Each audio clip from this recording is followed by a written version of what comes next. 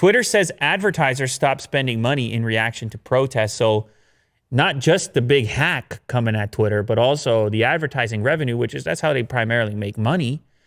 But there's anyone who's been on Twitter has noticed it's been a little bit grim for a while now.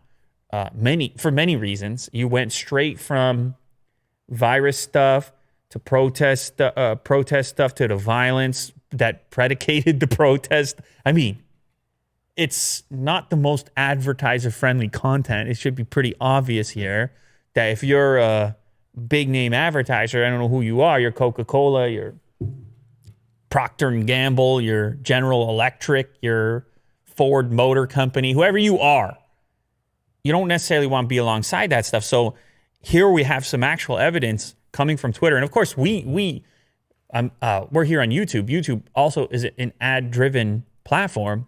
So the similar thing's going to map accordingly. And you had the Facebook boycott that many advertisers were a part of. Twitter's kind of saying the same thing here. Twitter's advertising revenue was hit hard by the pandemic, and then the company says that the U.S. civil unrest in May and June made matters worse. Advertising revenue declined 15% year over year in the final 3 weeks of June. Brands slowed or paused their spending entirely.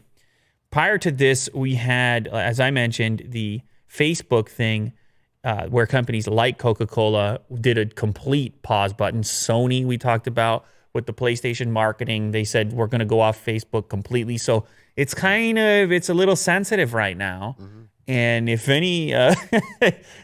any content creators want to make a few bucks, they got to start looking at the brighter side in terms of stories.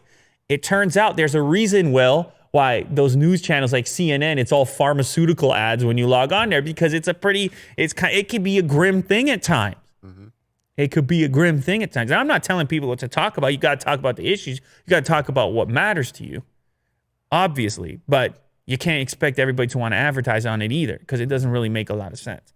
So that's just being realistic about the situation. Anyways, Twitter lost a few bucks. They actually gained some users, though. So that's an interesting one. You lose the money, but all of a sudden the heat that's going on over there, people start to pay attention. The company grew to 186 million daily users, up from 166 million in the prior quarter. So maybe when things cool off, they'll sell you a little bit more Coca-Cola. There you go.